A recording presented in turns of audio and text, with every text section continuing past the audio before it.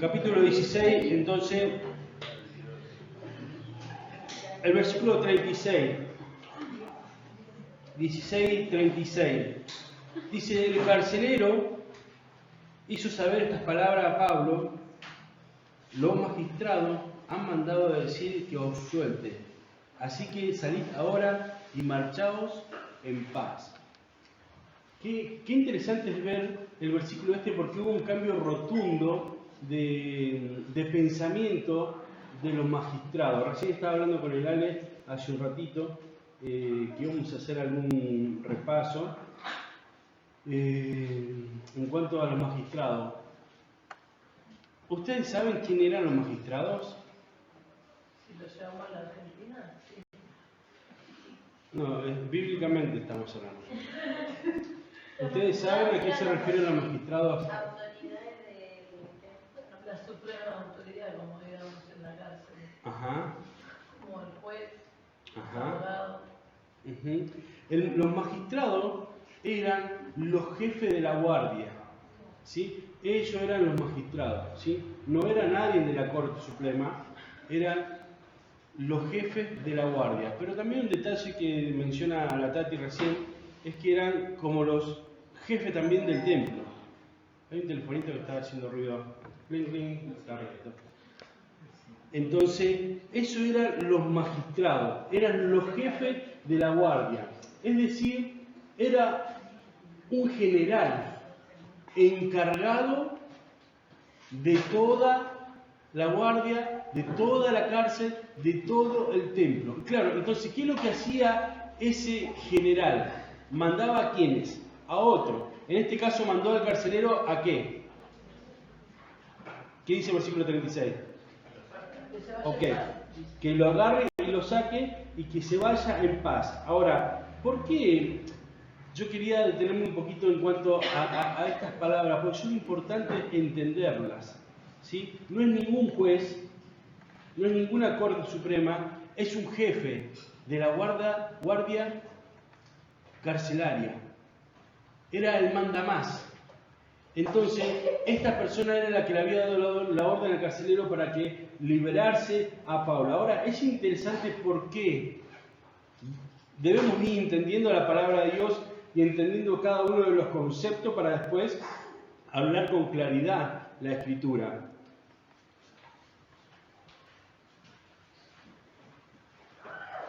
Los magistrados no querían ir a encontrarse con Pablo porque ellos sabían muy bien con quién se estaban enfrentando o con quién se iban a enfrentar. Se iban a enfrentar con un ciudadano romano. Ahora, es interesante algunas cositas, por qué inmediatamente el jefe de la guardia decide poner en libertad a Pablo. ¿Por qué?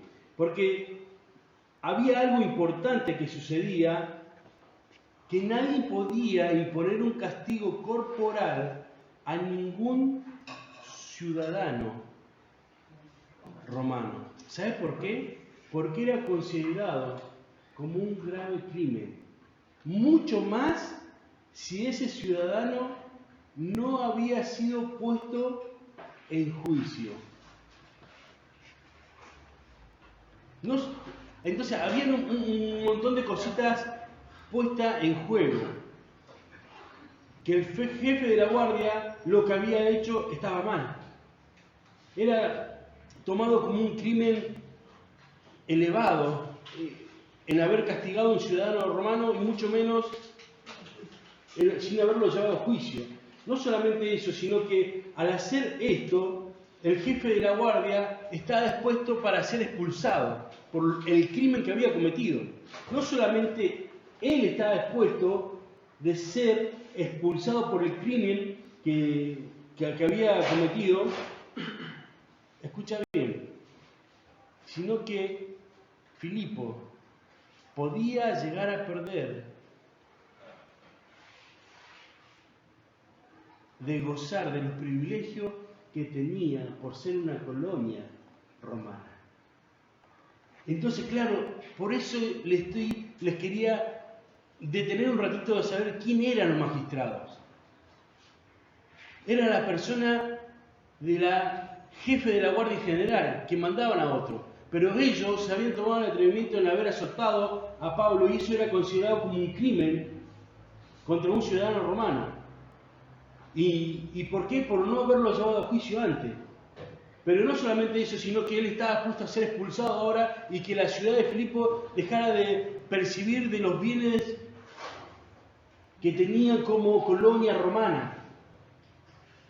Por eso inmediatamente los magistrados mandan al carcelero a decirle, no, ve, largalo, que no diga nada.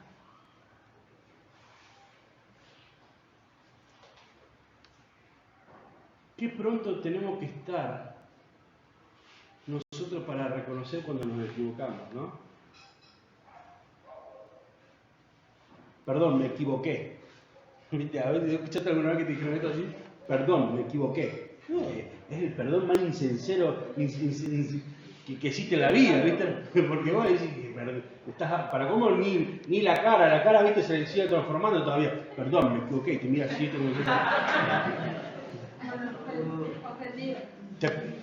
disculpame, te pido disculpas si te ofendí. No, y todavía le pones si te ofendí, ¿viste?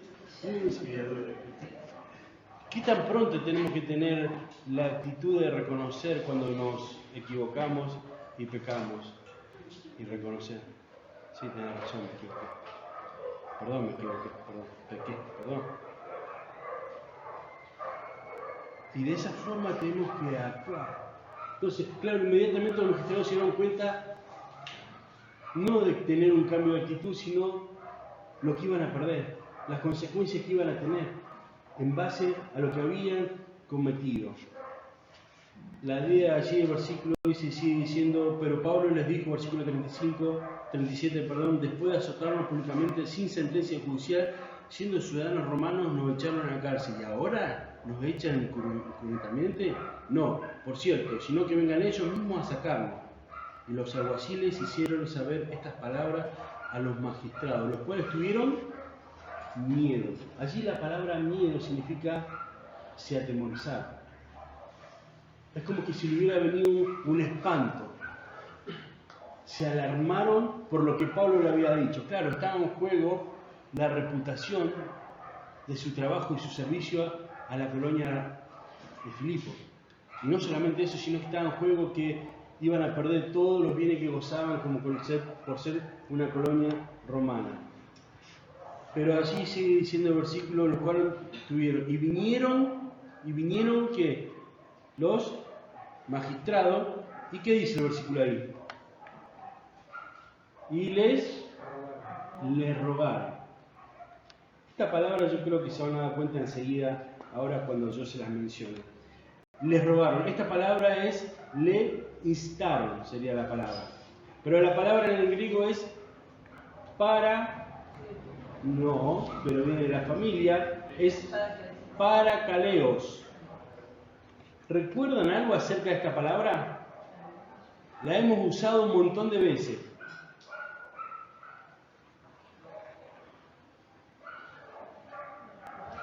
Vale, hay que empezar con el griego en cualquier momento. La palabra parakaleos es que le rogaron, pero en realidad es que instaron. ¿Se acuerdan que la palabra parakaleo era de rogar? Es decir, era de invocar a alguien ¿para qué? Para que esté cerca de uno. ¿Sí? Esa es la palabra parakaleo que deriva de la palabra paracleto y todos los demás. Ahora dice que ellos les rogaron, le instaron. Es decir, que los magistrados invitaron a que se acerquen a Pablo y a Silas. Les invitaron, la palabra parakaleo, les invitaron para que se acerquen a ellos y se vayan. Ahora, la palabra también nos da la idea de implorar a alguien para que venga y se acerque. Es esa la función. ¿Se acuerdan que hablamos de otras palabras que le consoló? Y hablamos de la palabra paracaleo y paracleto, era invocar a alguien para que esté cerca tuyo, y esa era la idea del Espíritu Santo. Bueno, aquí es la misma palabra, claro, diferente función. Les rogaron, les imploraron, les invitaron a que se acerquen, pero ¿para qué? Se vaya. Miren la siguiente palabra: y sacando de la ciudad, les pidieron que salieran de la ciudad. Entonces, saliendo de la cárcel, ¿qué dice? Bien, ¿se acuerdan quién era Lidia, no? Bien, ¿quién era? Una mujer que se convirtió con la predicación. No, la divina. No era la divina. Era una persona que tenía mucho poder ahí en donde estaba. ¿Y de qué trabajaba Lidia? Púrpura. ¿Sí? La otra estaba endemoniada, ¿se acuerdan que estaba endemoniada? Eso no era. Y habiendo visto a los hermanos, ¿qué dice ahí? ¿Sabe qué palabra es esa? Paracaleos.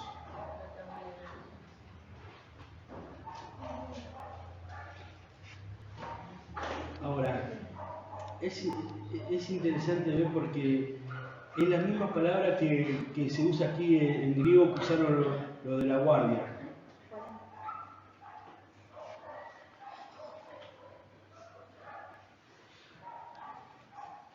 Salieron de la cárcel, se fueron a la casa de Lidia, ¿a qué?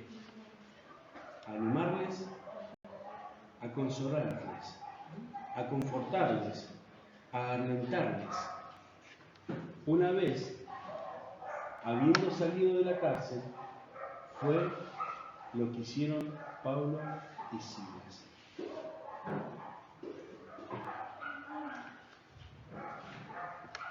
Me llama mucho la atención el ejemplo de amor y de interés de Pablo por las personas. ¿Te diste cuenta? Que en ningún momento él se centralizó en la circunstancia en la cual le había pasado, sino que estaba pensando en otros. ¿Te acordás que cuando estuvo en la cárcel lo que hacían era cantar, a pesar de las circunstancias en las que estaban viviendo? Bueno, cuando salieron de la cárcel, lo primero que hicieron fue ir y demostrar ese amor y ese interés genuino que tenían por las personas. Y fueron ellos a animarles, cuando tal vez ellos debían ser los animados y consolados. No, fue Pablo y Silas a consolar y animar, a confortar a los demás hermanos.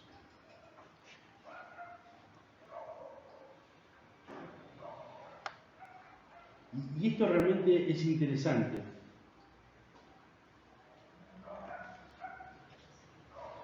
Aún saliendo de la cárcel, ellos tenían en su mente y en su corazón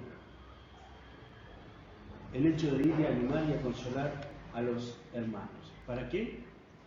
Para que ellos mismos no se desanimen con la situación que estaba viviendo Pablo y Silas. Querían estar seguros que los hermanos estaban animados. Y si estaban un poco tristes, un poco desorientados por la situación en la que estaba pasando Pablo y Silas, ellos iban a encargar de que eso no fuera así, que no sucediera. Iban a animar a los hermanos, a instarle a seguir adelante, a pesar de las circunstancias que nos toque atravesar o vivir. Es el hecho de que Dios siempre tiene propósitos específicos detrás de las circunstancias en las que nos permite el Señor poder pasar. Allí en Filipenses capítulo 1, versículo 12, Pablo lo va a decir de esta manera: que todas las cosas que le han sucedido han sido más bien para el progreso del Evangelio.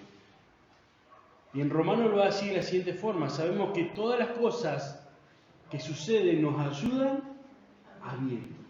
¿Ves? Tenemos la tendencia muchas veces, cuando nos pasan situaciones extremas, a enfocalizarnos, en lo que nos está pasando. Y nos perdemos la oportunidad de poder ser de bendición a otros. Y dar testimonio del Dios que tenemos. Las circunstancias son el medio que Dios utiliza para que Él pueda glorificarse.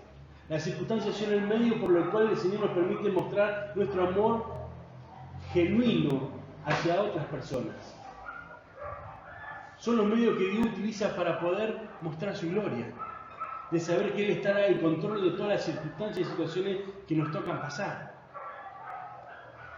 Y Pablo eso es lo que quería lograr en la vida de esta familia. No se desaniman, fueron más bien a consolarlo. Quienes debían ser consolados, consolaron a otros. Y ese es el propósito que Dios muchas veces permite por las cosas que suelen pasar en nuestras vidas, para que podamos consolar a otros, que tal vez están pasando por la misma o peor situación que nosotros, pero Dios quiere utilizar las circunstancias que nos toque vivir para consolar a otros. La pregunta en esta mañana es: ¿cómo soy o cómo actúo en situaciones adversas? ¿Soy de darle gracias a Dios por lo que nos toca pasar o nos tocó pasar? ¿O comenzamos a buscar culpables o a victimizarnos por la situación que hemos pasado? ¿Aprovecho esas circunstancias que llegan a mi vida para bendecir a otros y animarles? Y ver que Dios tendrá la oportunidad de mostrar su gloria en cada situación que nos toque vivir.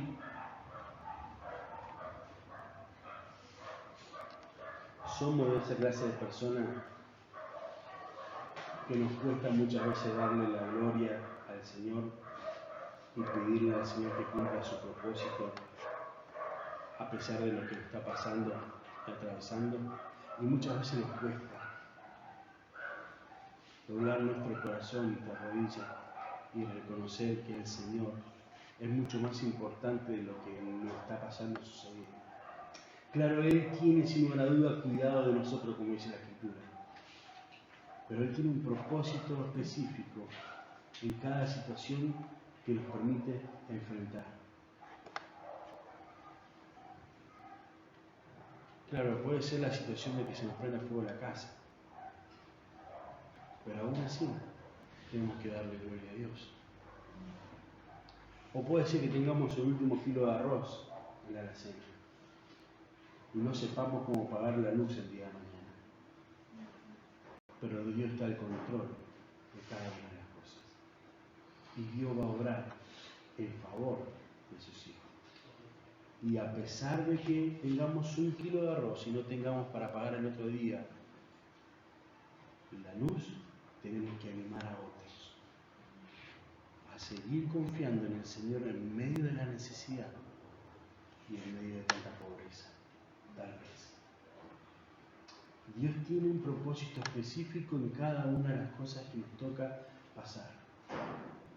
Y van a trabajar y van a cooperar, dice la Escritura, para vuestro bien, pero para que el nombre de Dios sea glorificado. ¿Cómo actúo ante la adversidad? ¿Canto o me pongo a llorar? ¿Huyo o busco al Señor? ¿Doy gloria a Dios o me quejo?